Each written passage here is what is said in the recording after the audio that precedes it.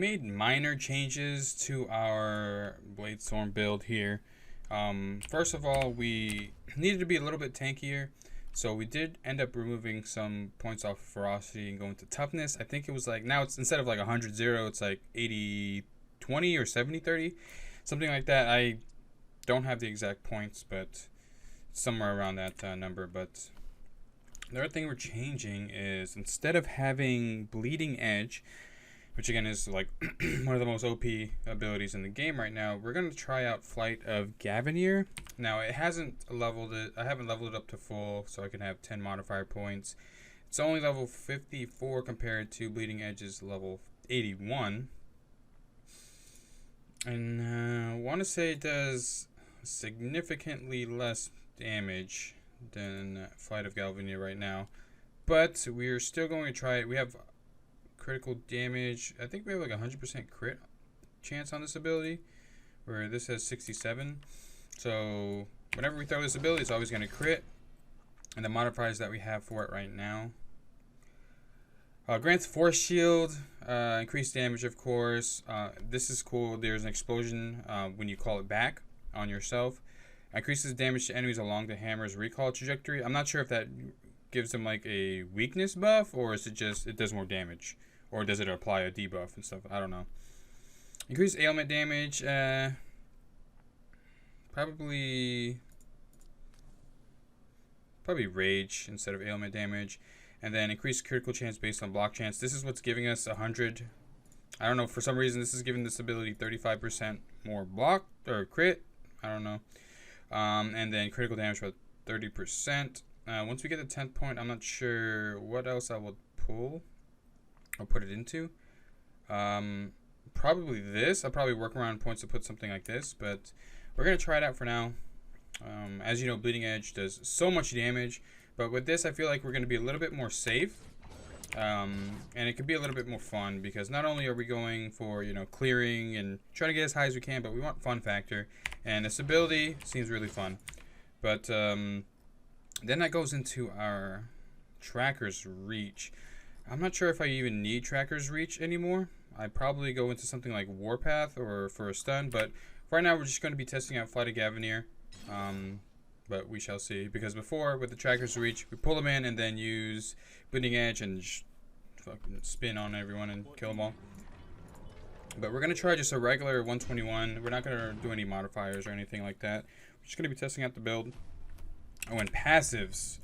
Update on passives. I kept respecking. I didn't know where I want to go. The only thing that's really changed from, I think, the previous video, instead of putting points into melee damage on this side, I went into going into Warmonger or Bestial Frenzy, which increases damage for each enemy in melee range. So we have about 5% damage for each enemy in melee range. Hopefully that goes for a little bit better burst.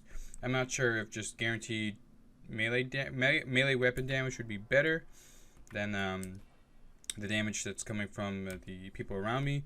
But we'll see. I mean, if anything, it's really minor, but I don't know if I'm going to keep testing that. I don't want to keep respecking.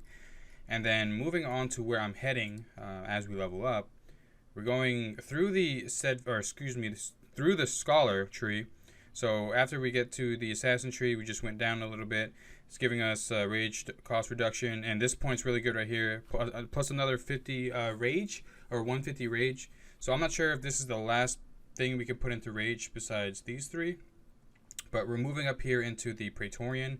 This is going to make us a lot more tankier, and we have a build where we're dropping constant health globes on the ground, so hopefully I could benefit a lot from Blessed Mana. So plus 40% all resistance score when you pick up a health globe. I'm not sure how long that lasts, but I think it's going to be helping us out, especially because we're a little bit squishy right now.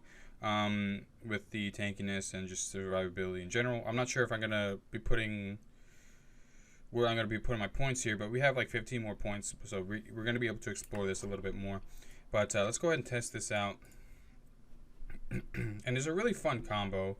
So with the combo, you just throw your hammer, jump in, call it back, and kind of lag there, but you kind of get the deal. And then you just spin.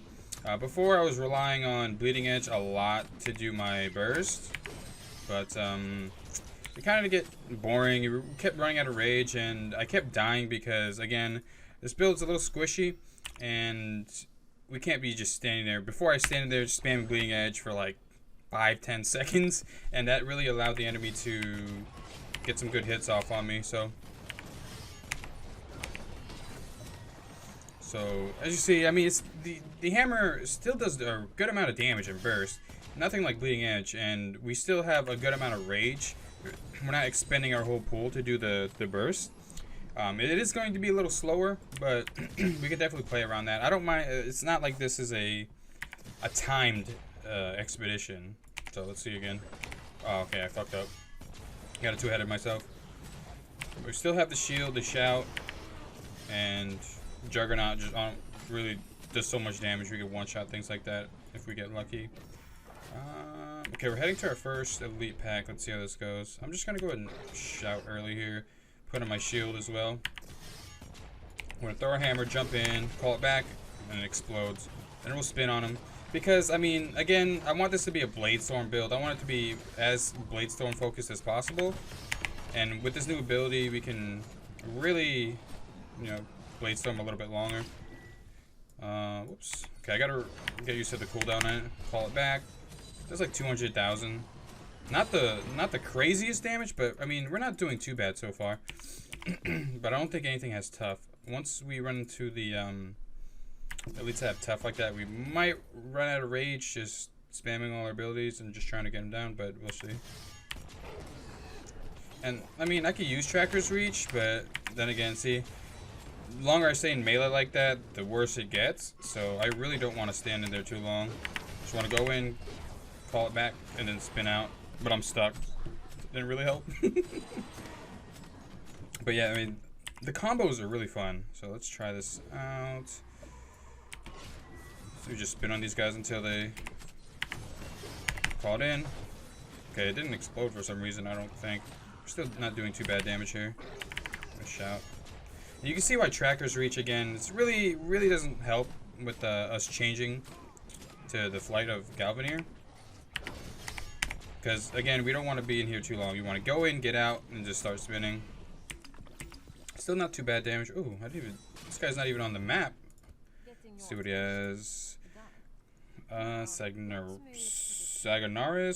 Toxic damage. I think we already have one of these. And then... Legacy of the Willbreaker. We have this as well. 5-star qualities. I don't feel like spending my money on that. Pick up some of these yellows though. Okay, let's keep going. But yeah, I mean, I don't know what I'm gonna use for our 5th slot. I don't know if it's just gonna be just have it to level other abilities up for now. Maybe Blood for Blood. I'm not sure where that'll play in. I haven't really taken a look at Blood for Blood a lot. Maybe there's something cool we can do with that combo. Let's see. Oops. I gotta remember. I keep jumping in and wanting to spam Bleeding Edge because I'm so used to it. Pick that up, please. But we gotta remember we have this ability now. Again, not too bad damage. This build, I've seen, like, I finally started looking at other people's builds, and there's some builds with Bleeding Edge that does like insane amount of damage. But it's starting to get a little dull, and I want to try something different. It's not bad at all. I mean, I'm having fun with it so far. Once it gets a little stronger and we level it up, hopefully we start doing a good amount of damage. But still, I mean, level 121, we haven't died yet. We've gotten close, but we haven't really died yet. And we'll see. Let's fight the end boss here and find out how good it is against a 1v1.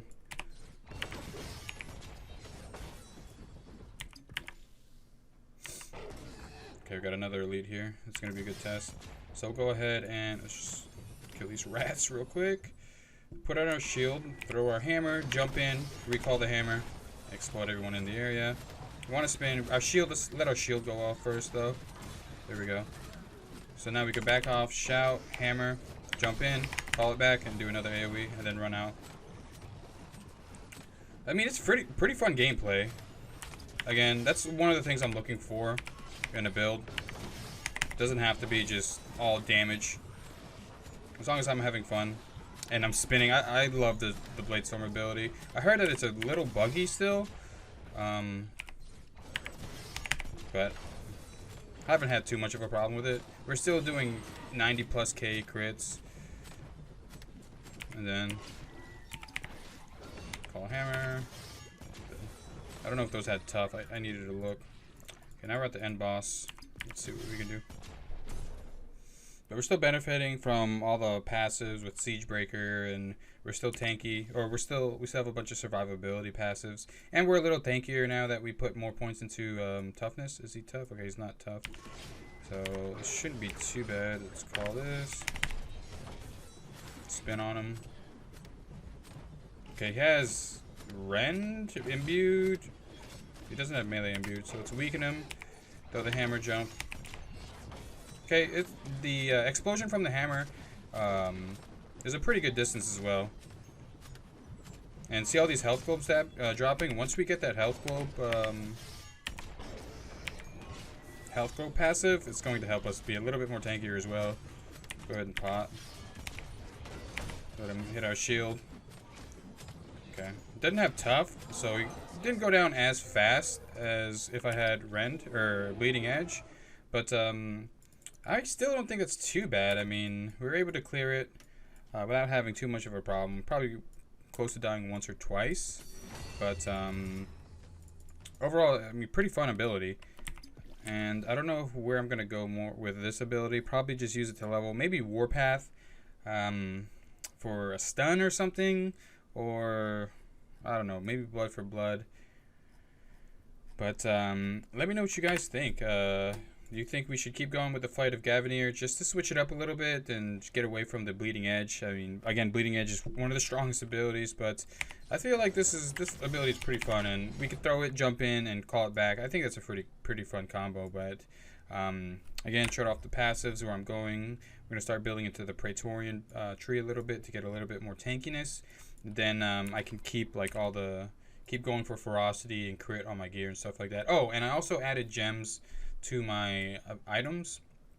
I don't think I did this in the other video, but for me personally, for the rings, I'm going for crit hit chance. So I believe these are the support ones on the rings, and the gems are the Alexandrites. The weapon, of course, are the copper stones and offensive ones. So these are giving me straight physical damage. I haven't rolled for 3 offensive ones. I've got lucky with 2, but I might. I have a decent amount of gold, so I might try to roll offensive ones with that. And then for the chest piece, do not mind the frost resistance score. I accidentally put that in there and haven't taken it out. But I believe these are defensive 3s for the maximum health. Let me check again. Yeah, defensive 3 topazes you want in your gear just to have that extra HP. And then for the necklace, again, I have support 1s for that, so we can get the crit hit chance. And we're rocking at 65% crit. So, okay, whoa, maybe we need to take the gem off because there's 666 crit with our buff and our shout buff. And yeah, we have like an 80-20 or 70-30 split between ferocity and toughness. And we've gained like 40,000 HP from the last video, so definitely good putting stuff into toughness. And we're a little bit more tankier. We're losing a little bit damage from using Fight of Gavnir, but I could also always switch back if I really wanted to just do a bunch of damage. But again, this ability is pretty fun. Do an explosion once you jump in and things like that. I don't know what I'm going to do with Tracker's Reach, but let me know what you guys think. If you're playing this build, what other trees are you going into or seem interesting? I always would like to know.